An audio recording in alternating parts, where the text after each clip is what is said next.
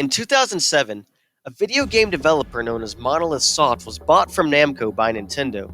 This company would go on to create the Xenoblade games exclusively on Nintendo consoles, with the first game being a project intended to boost morale after the failure of their previous ambitious project. Initially, this game was never going to be released in North America, and it took a movement known as Operation Rainfall to finally get a release. Since then, Xenoblade has gone on to become both a commercial and critical success, and Monolith has established itself as one of the most valuable subsidiaries of Nintendo, massively contributing to flagship titles such as Breath of the Wild. Xenoblade itself has greatly surpassed expectations, with the second game approaching 2 million units sold, and an HD remaster of the first title on the horizon still. Even outside of this commercial success, the community that has developed from the series is comprised of some of the most passionate people in existence. It's been years after the initial release of these games, and you can still find people talking about these titles and the considerable impact they had on their lives. Seeing all the love for these games makes me immeasurably happy, since I consider the Xeno series to be my favorite video game series of all time. But there was a time when this series was not nearly as successful. That grandiose yet ultimately failed project which led to the Nintendo buyout was Xenosaga, a series of 3 games released on the PlayStation 2. In many ways, this series was the reason Monolith Soft was even created.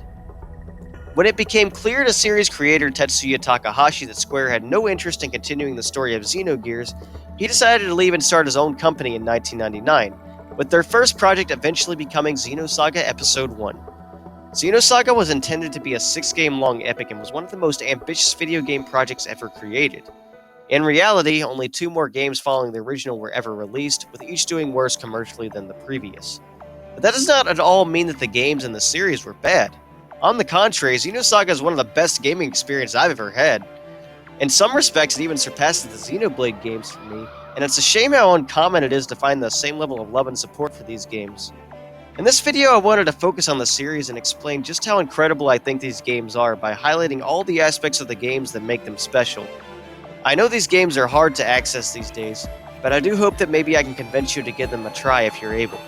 So let's talk about Xenosaga, one of the most ambitious video game projects of all time.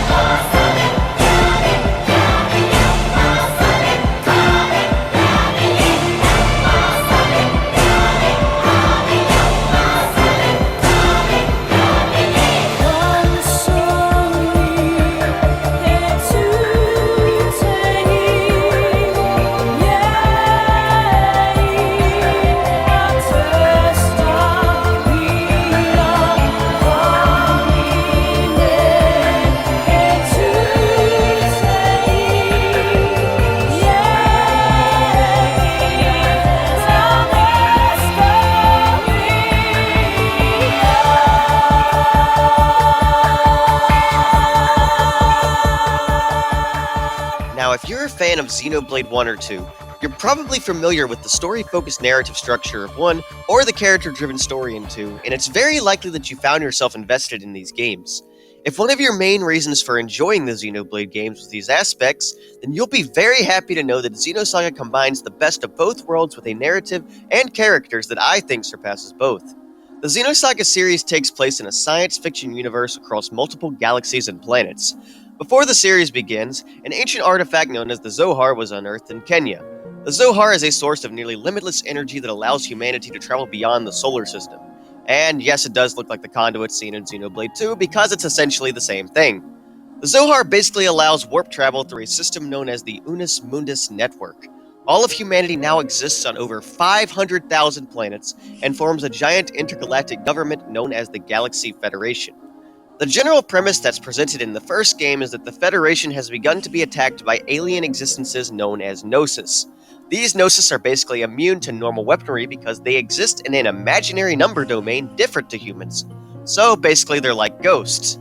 That sounds simple enough, right?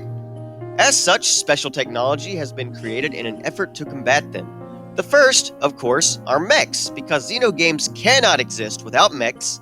And the second is a prototype battle android with an artificial intelligence created to specifically combat the Gnosis. You might know her as Kos-mos. You know, the Blade and XC2 that can do this. Well, it's not quite the same Kos-mos, but you get the idea. In order to fight the Gnosis threat, Kos-mos has an ability known as the Hilbert effect, which is capable of drawing the Gnosis into the real number domain so they can be effectively defeated. This basically means they are materialized from their ghostly state. And while all of this is going on, in the background everyone is trying to get their hands on the Lost Zohar for their own reasons and purposes. It sounds simple enough on the surface, but of course a game like this would never be so simple. Because the series was initially meant to be a 6-game long narrative, it makes sense that there's plenty of time to really explore every aspect of the world as well as the goals and motivations of the characters. But before I really delve more into the story and the writing, I think it would be best to focus on the cast of the game. Xenosaga 1 starts off slow story-wise because it basically introduces all of the characters for the series and gives us their backgrounds and initial goals. So I'd like to explore and talk about them a bit more as spoiler-free as possible since the games also did the same. Punch from a girly like you wouldn't even dent.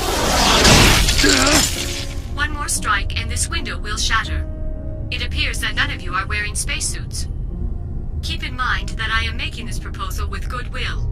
I could just as easily toss you out into space and take over the ship.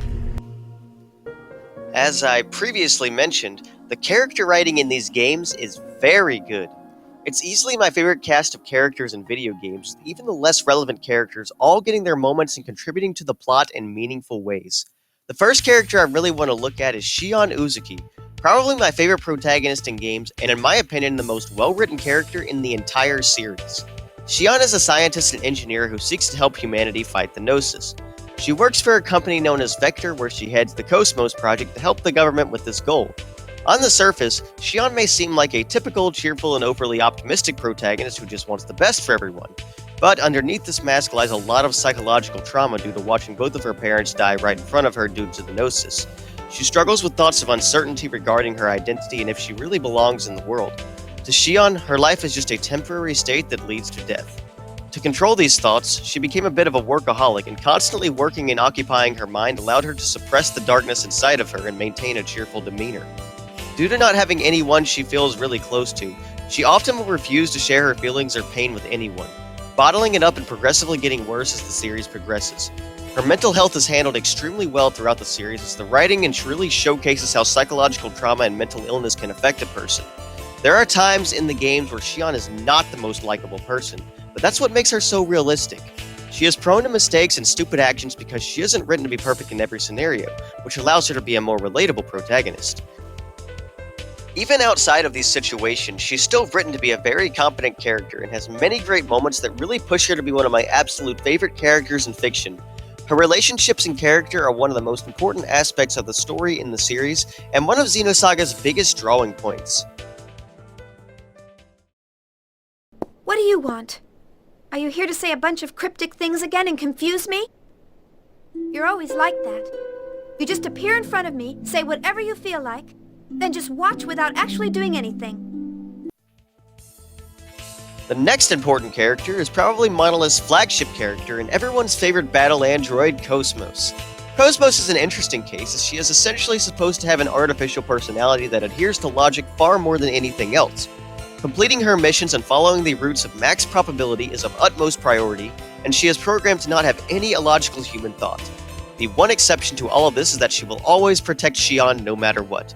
For some reason unknown to Shion herself, she had been specifically coded that way. Since she is essentially an android, I will say she doesn't always have the most inspired character moments in her development. Instead, she's usually the calm and collected character who saves the day whenever she can in the flashiest of ways. But there are many hidden aspects to her that still make her very interesting. Her character arc naturally revolves around trying to be more human so she can better relate to Shion and everyone else. Naturally, as the cover girl for the series, there's a lot more depth to her than you will see on the surface level, and there are definitely emotions and motivations hidden somewhere in her AI. Between her design and all the funny and epic moments she has in the series, she certainly remains high up as one of my favorites in Xeno. Shion. Will feeling pain make me complete? Next up we have Junior, the character who I would call the Dragonist of the series, and probably the primary protagonist of Xenosaga Episode 2 in particular. Keeping with common anime tropes, Junior is the Shota boy who is actually a lot older than he looks, but still looks and acts like a child because anime. He also has a funny habit of using a lot of profanity and loves antique guns. Regarding story significance, Junior is one of the directors of the Kukai Foundation, which is the primary backing faction of the main party. In truth, he is a URTV, which stands for Udu Retrovirus, an organic weapon developed to combat Udu, which is a wave existence believed to be the cause of the Gnosis and also referred to by some as God. Naturally, Junior is URTV number 666, which makes him the ultimate enemy of quote-unquote God. As is the trend with characters in this game, Junior suffers from his own emotional baggage from his past that he has to deal with during the series. He was considered the leader of all the URTVs, but in the past left hundreds of them to die, including his closest brother, a decision that has led to him suffering severe emotional guilt and dropping his former name of Rubido to forget the memory of those instances. Dealing with and confronting the mistakes of his past, including his brother, becomes one of the most important aspects of the series and is personally one of the most moving and intriguing parts of the game. It's a bullet from a long time ago. Look, it's got a good luck phrase on it. Sayonara, baby! And while we're on the subject, let's talk about his brother quickly. Albedo is perhaps one of the most mentally unstable, disturbing, and genuinely insane characters ever, and he also happens to easily be my favorite antagonist of the series, acting as the most prominent and important antagonist throughout the first two games. He has a special ability that I won't spoil that makes for one of the most terrifying characters you will ever meet. Naturally, he has a lot of his own complexities and is brilliantly written to give you a character you can both empathize for greatly and despise with all of your being. As a child, Albedo only wanted to be loved by his brother Rubido, and desired to always be with him. However, this wish would not come true, as Rubido would abandon him out of fear during an event known as the Miltian Conflict. Despite screaming and begging, this did not change the outcome.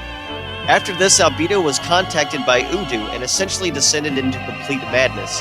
His one wish after all of this was to simply die. His mental instability makes him very entertaining and unsettling, as he believes he is the alpha and omega of perfect consciousness. He has a very low opinion of humanity and seems to be both sadistic and masochistic. As usual, his character writing throughout the series is incredibly good and showcases an even darker side of mental health than what it can lead people to do. An infamous scene involving him, known as Mabel Pesh, is possibly the most disturbing scene in the entire Xeno series, but his insanity is what makes him so fantastic and the best antagonist in the series. Ah, yes. Feed me your hostility. Pierce me with your hatred.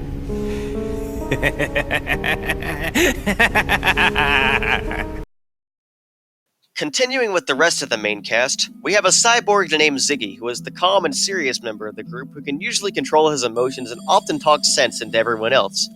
After witnessing the death of his wife and son, he attempted to commit suicide but was brought back as a cyborg with all of his memories to essentially be a slave of the government. That's just a little bit messed up. Ziggy has lived over 100 years traumatized by these memories and only wishes to be brainwashed to forget his humanity entirely. Surprisingly, he's still one of the sanest members of the cast.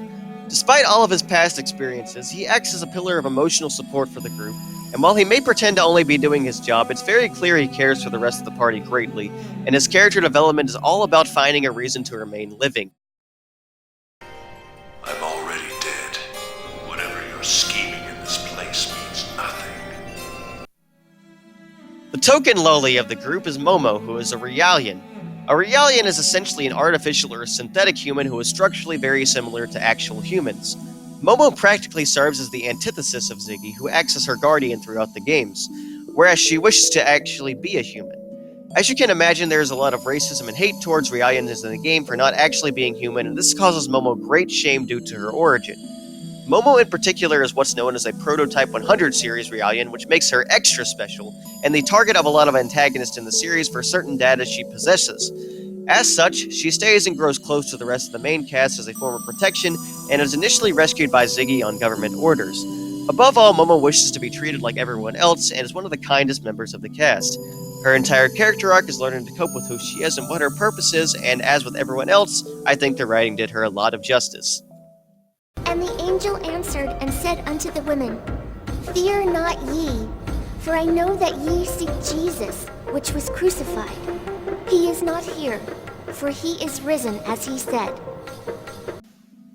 Continuing on, Jin Uzuki is the older brother of Shion. He is a former captain in the military and now runs an antique bookstore. As a former military captain, he's recruited to the team for his experience and wisdom. Jin and Xion have a bit of a strained relationship due to their parents' death and the fact that they had never been too close. The sad truth of it is that Jin struggles to relate to Xion regardless of how much he tries to get close to her. He seems remorseful and regretful about his life and how he can never be there for his sister, and struggles with this throughout the games every time he attempts to talk to her. Jin may be part of the inspiration for the Jin in Xenoblade 2, as they both share a name, use a katana as their primary weapon, and the personality of Xenosaga's incarnation reflects some of what you might see of Jin and Torna. The blade is for carving one's heart, not for turning against the masses. That's what our master once said, was it not? Next, we have Alan Ridgely. Alan is technically not a playable party member except for one very brief moment in Xenosaga 3, but he's still a major part of the main cast. Alan is an insecure and fragile man who works for Vector underneath Xion and has a major crush on her. He has absolutely no idea how to cope with his feelings or what to say to her in any situation, and he often acts as comic relief or as the butt of the joke in many of the scenes he appears in. His inferiority complex makes him look extremely pathetic throughout much of the series, but he has a very good heart and I'd honestly say he's one of my favorite characters. Not to spoil anything, but he definitely gets his redemption and comes to shine a lot as a character and as a person as he grows over the course of the series. You don't understand Chief's suffering like I do. I understand her feelings. The final playable character is Chaos. Chaos is the typical mystery man of the group, as his history and motives remain shrouded in mystery for much of the series. He is peaceful, respectful, and talks to others with a bit of a philosophical tone, and often consoles the other members of the group with their problems and concerns. He always seems to remain calm no matter what the situation and will only fight when necessary. Chaos is explored later in the series as his true nature and motives will gradually become revealed. I believe everyone has at least one skill that they excel in over all others. It's something that defines who they are. This doesn't even begin to scratch the surface of how great some of the supporting cast or other antagonists such as Margulis or Matthews can be either. As I mentioned, even side characters that don't get a ton of screen time will get some character development that helps flesh out the world even more. The cast in these games is incredible, and it feels like everyone has a purpose, goal, and reason for existing within the game, and you can easily find yourself invested in all of their stories. The characters really drive much of the narrative in Xenosaga, and it's one of the reasons the plot is so strong as well.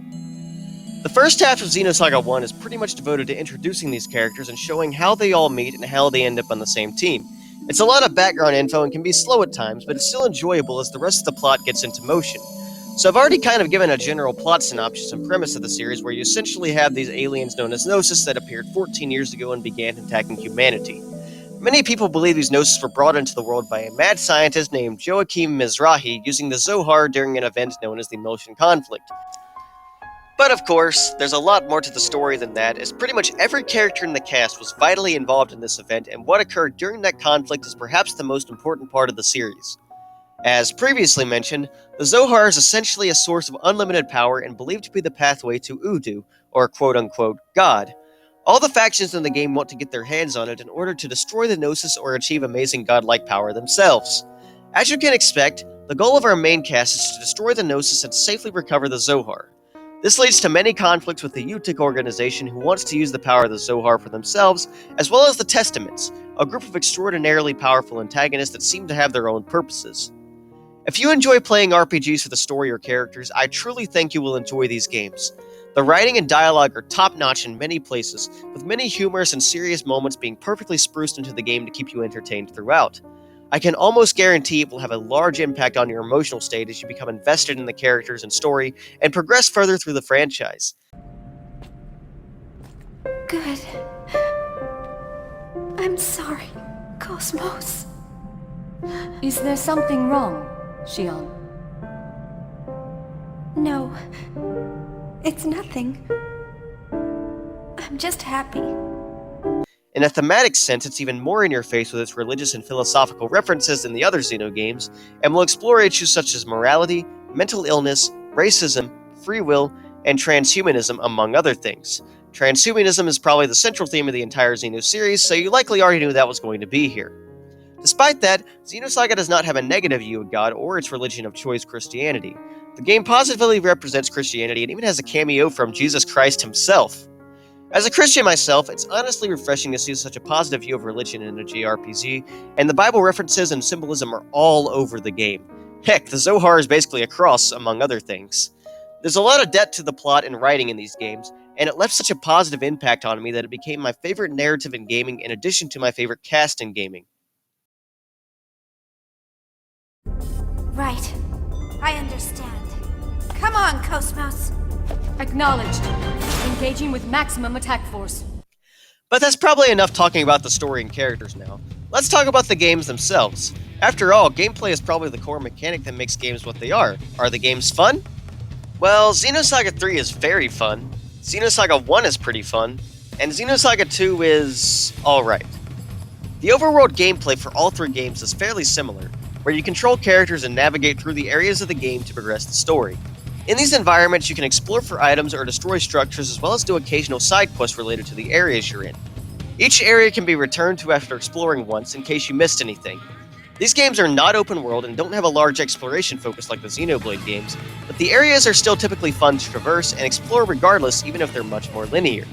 Oftentimes there will be puzzles to solve in the overworld for progression that can be interesting to do and don't make the game just a linear walking simulator. In these environments, enemies will be present in the overworld. There are no random encounters at all.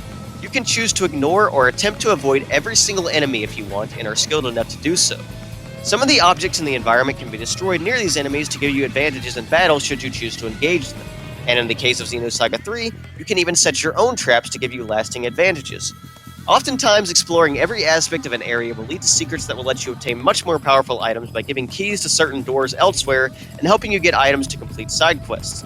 As such, it's usually beneficial to explore every nook and cranny of an area if you want to see everything the game has to offer.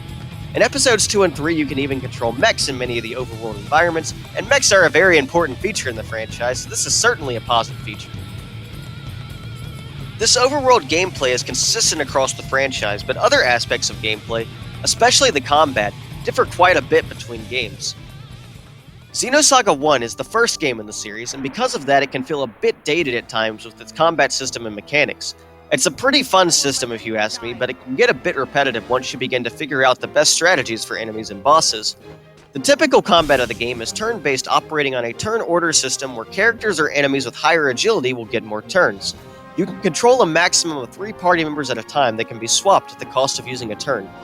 Your characters have access to both melee and ranged attacks, as well as the ability to guard, use support abilities with Ether, or use items. Each turn you are given 4 action points for that turn and can store a maximum of 6 action points. By using either a melee or ranged attack, you will consume 2 action points. You can combine different attacks and button combinations together to trigger different attack sequences that can have a variety of effects on the enemy. Using more action points can allow you to use more powerful attacks known as tech attacks, which usually require sacrificing damage in one turn to get more damage the next turn. For foot combat, tech attacks will usually be the way to win a lot of battles, but you will have access to ether abilities, which are usually support abilities, that will drain your ether points for a number of effects like buffing your characters or giving them even more turns. All of these are essential and fun, but just the warm-up for one of the central and most important features in combat, which is a mechanic known as boost turns, which is important throughout the series. Each character has a boost meter that will fill up upon landing attacks, with longer attacks and combos filling up the meter more. Upon filling up the meter, the character can store a boost turn, which is a turn that can be used at any time during a battle to give the character an extra turn. Doing damage during boost turns can also fill up the boost meter, and every character can store a max of 3 boost turns, which can allow you to really control the pace of the battle and limit enemy movement. The final important mechanic to keep in mind is the roulette bonus at the bottom of the screen.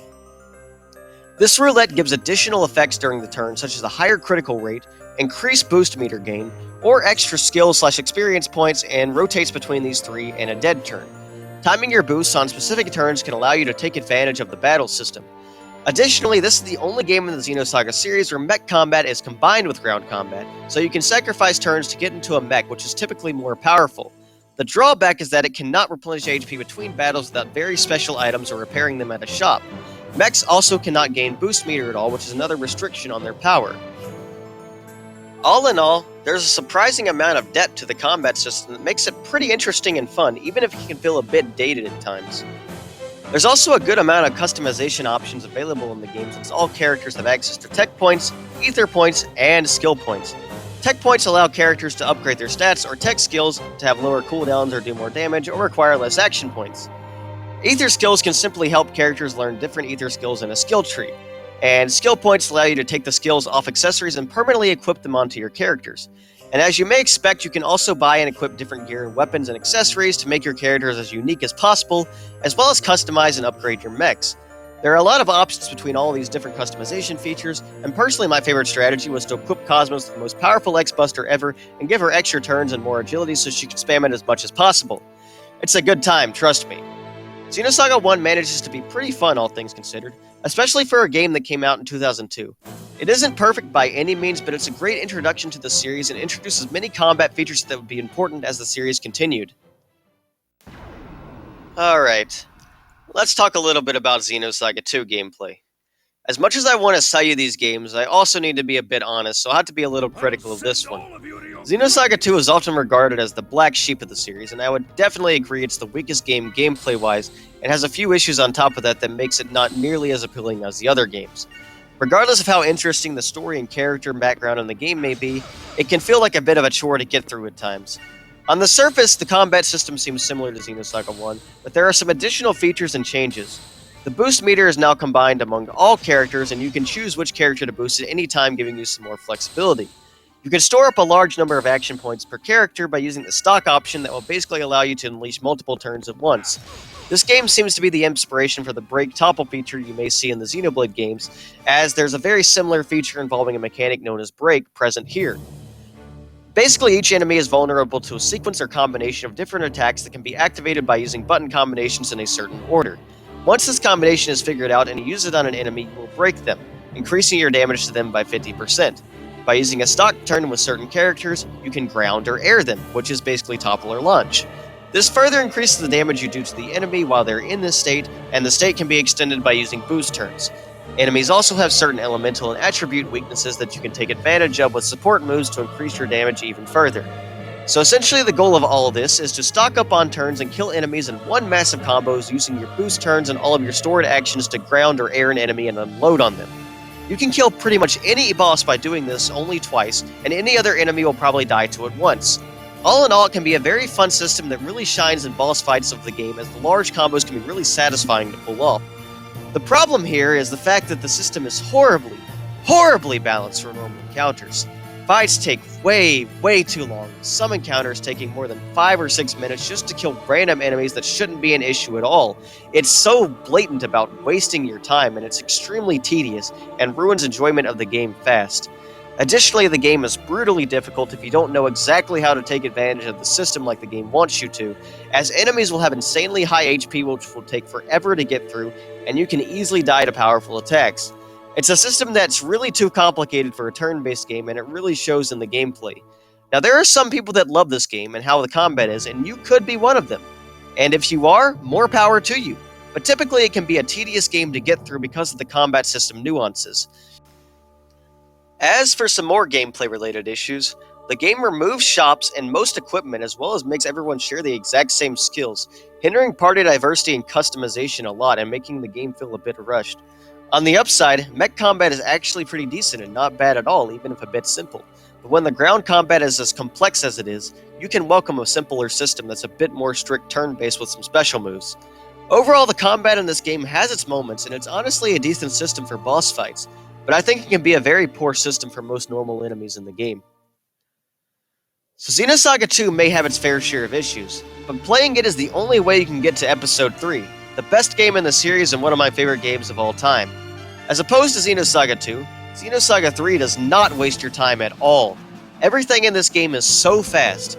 Load times are fast, running from enemies is fast, attack animations are fast, and the system itself is much faster in general.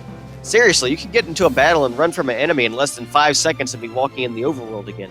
It's honestly such a little thing that makes the game a lot more enjoyable to me, since a lot of JRPGs try to be flashy with everything and can waste a lot of time. This is probably the flashiest move in Xenosaga 3 by comparison, and it's not even that long.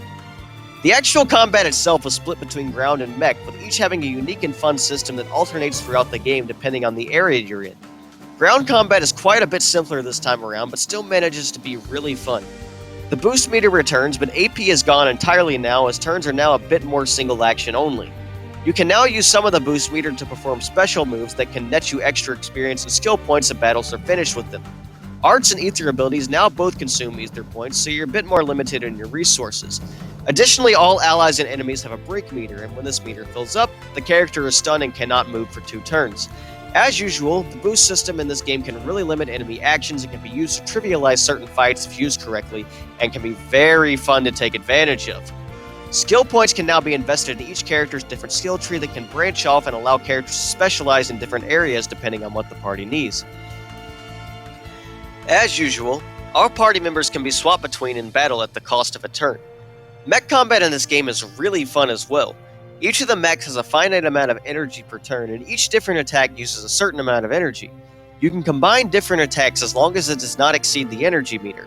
Each mech can perform special attacks after building up an anima meter and activating it. Anima meter will also decrease fuel usage while it's active, allowing you to use more of your energy-based attacks. By successfully linking many hits together by using certain combinations of moves, you can activate a co-op attack or ambush, which is a combination attack from your other party members that will do additional damage. The system in this game makes mech combat very fun to do, and one of my favorite fights in the game is a mech fight. Both systems in this game aren't overly complicated, but they don't really need to be. They're still fun anyway, and the speed of everything can add a bit of a fun challenge to it as well. Thankfully, shops also make a return in this game, and you can completely change your weapons on your mech to give you even more diversity in those fights, as well as customize your ground builds with a wide variety of equipment. Overall, the gameplay, in my opinion, is very fun throughout and will keep you engaged as you progress through the story.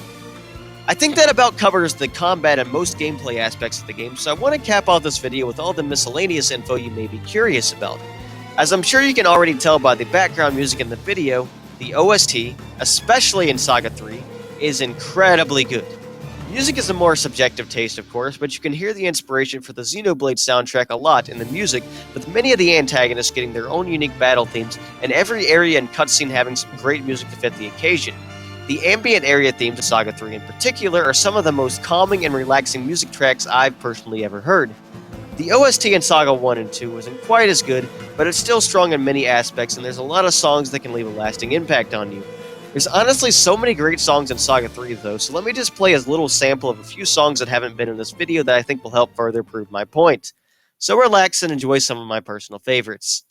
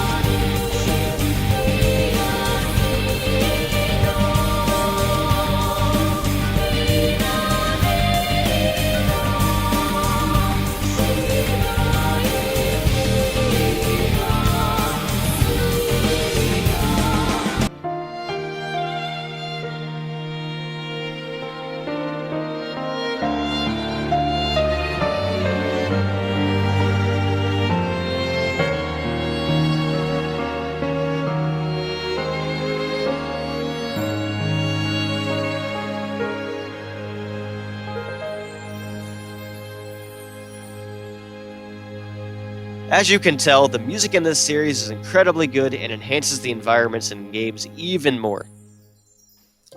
Across these games, there's roughly 21 or so hours of cutscenes and a lot more story lore and information outside of that to give you a large appreciation for the world and narrative as a whole. Despite being released in 2002, Xenosaga 1 has some pretty solid voice acting and animations, and while some cutscenes can be a bit awkward at times with some pauses and dialogue, it never really takes away from the game as a whole. The art style can feel a bit dated at times, but honestly that's still a bit better than Saga 2, which tried to go for a more realistic design for the characters, and it ended up looking really ugly. Really, really ugly. Additionally, Saga 2 had bad voice direction and replaced the voice actors for 4 of the major characters, including Xion and Kos-mos, and this is unfortunately just another blemish that makes Xenosaga 2 seem like a low-quality black sheep of the series. Fortunately, the original and much better voice actors for Xion and Kos-mos return in Xenosaga 3, where they have much larger roles, and overall the entire voice direction got better, as everything sounds and flows much more seamlessly. Not to mention the game looks beautiful for a 2006 PS2 game, with the character models being even prettier than Xenoblade Chronicles on the Wii. All the main cast has updated models and designs as well, which benefit them greatly. Pretty much everything between Saga 2 and 3 seemed to have a drastic increase in quality, and it's hard to believe the games were released 2 years apart since Saga 3 is such a fantastic game in pretty much every aspect. Timeline-wise, it takes place a year after Saga 2, as opposed to Saga 2 starting right where Saga 1 ended off. Fortunately, in Saga 3, there's an entire expansive database available within the game that not only covers everything that happened in the first 2 games, but also explains exactly what happens in between the year-long gap, with every little detail and term you might want to know about the world and lore. It's such a nice little touch for a feature like this to be included, and it really gives you a bigger appreciation for the lore of the series.